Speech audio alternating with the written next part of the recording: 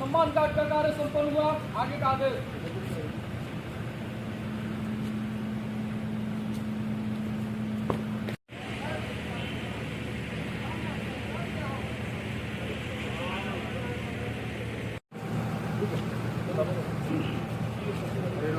हाँ आइए ना, आगे इसी में आ जाओ ना, आगे देखिए।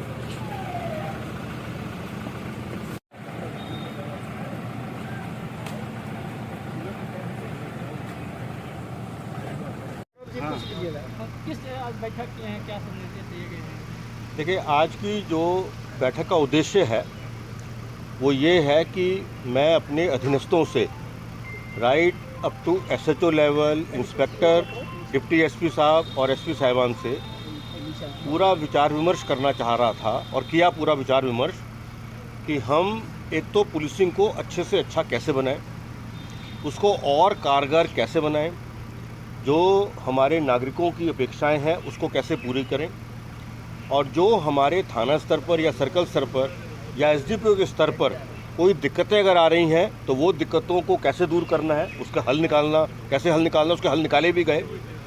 और जो हमारे सबऑर्डिनेट फॉर्मेशन को जो पुलिस मुख्यालय के सपोर्ट की ज़रूरत है उसके बारे में व्यापक चर्चा हुई। और जो भी इस तरह की चर्चा के बाद जो समस्याएं सामने आई उन सब का बिल्कुल हल जो है और बिल्कुल प्रैक्टिकल चीज़ों को मद्देनज़र रखते हुए वो हल निकाल लिया गया है। मुख्यालय का पूरा सपोर्ट जो है वो यहाँ के दोनों जिला की जो पुलिस हैं, हमारे डीआईजी साहब हैं, सबको पूरा पहले भी था और अभी भी है और आगे भी और अच्छे से रहेगा। नहीं, आपराधिक घटना जो बढ़ने की आप बात कह रहे हैं ये बिल्कुल एक वेग तरह का सवाल है। मैं सिर्फ इतना ही कहना चाहूँगा कि हमारे प्रदेश में सारे के सारे पर्व बिल्कुल शांतिपूर्वक तरीके से मनाए गए। कुछ ऐसी घटनाएं हमारे देश में हुई जिसका रेमिफिकेशन हमारे राज्य पर भी पड़ा, लेकिन उस रेमिफिकेशन के पड़ने के बावजूद भी हमारी पुलिस ने और प्रशासन ने बहुत मेहनत से काम करके स्थिति को पूरी तरह नियंत्रण में रखा है। और जो घटनाएं हैं उनमें भी इन जनरल धीरे धीरे कमी आ रही है। कोई भी ऐसा कोई हीनस टाइप का क्राइम जो बहुत ही जो है वो बड़ी घटना के रूप में देखा जाए या जिसका समाज पर व्यापक प्रभाव पड़े, ऐसी कोई घटना जो है अभी पिछले कई महीनों से नहीं घटी। पटना में 2 संदिग्ध आतंकवादी पकड़े गए हैं, क्या अभी तक जांच में आया है? अभी जो है वो जांच पड़ताल चल रही है। इस तरह की गतिविधियों को उद्भेदित करने के लिए लगातार प्रयास किए जाते हैं और बहुत मेहनत लगती है, समय भी लगता है। उसके बाद ही ये सब चीज़ें जो हैं उभर के सामने आती हैं। अभी उनका जो डिटेल पूछताछ हुई है और जो उनके लिंकेजेस सामने आए हैं उन पर और काम हमारे जो पुलिस है और इंटेलिजेंस एजेंसीज़, चाहे वो राज्य की हैं चाहे वो केंद्र की हैं, वो कर रही हैं। उसके बाद जो और चीज़ें सामने आएंगी तो हम आपसे वो चीज़ें शेयर करेंगे।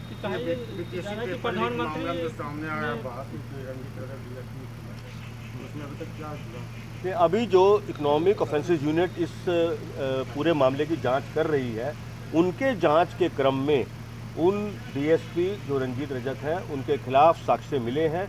उन्हीं साक्ष्य के आधार पर उनको गिरफ्तार किया गया है।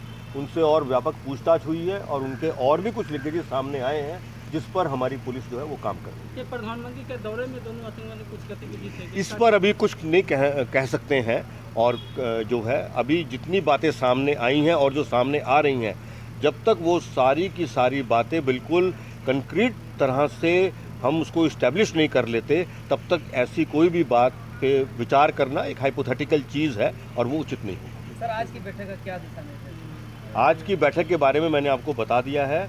आज की बैठक का मूल उद्देश्य यही था कि अपने अधीनस्थों की समस्याएं सुननी, पुलिसिंग को कितना और मजबूत बनाया जाए, उनकी समस्याओं का कैसे कैसे हल निकाला जाए, मुख्यालय का कितना सपोर्ट उनको चाहिए, किस तरह का सपोर्ट चाहिए, वो सपोर्ट उनको कैसे दिया जाए, एएलटीएफ की मजबूत कार्रवाई कैसे हो, वज्र की मजबूत कार्रवाई कैसे हो, और जो पुराने एसआर केसेस हैं विशेषकर तौर पर उनमें गिरफ्तारियों की स्पीड को और बढ़ाया जाए, अभियुक्तों की गिरफ्तारी और ज़्यादा की जाए। इस पर व्यापक चर्चाएं हुई हैं और इसी पर दिशा निर्देश दिए गए।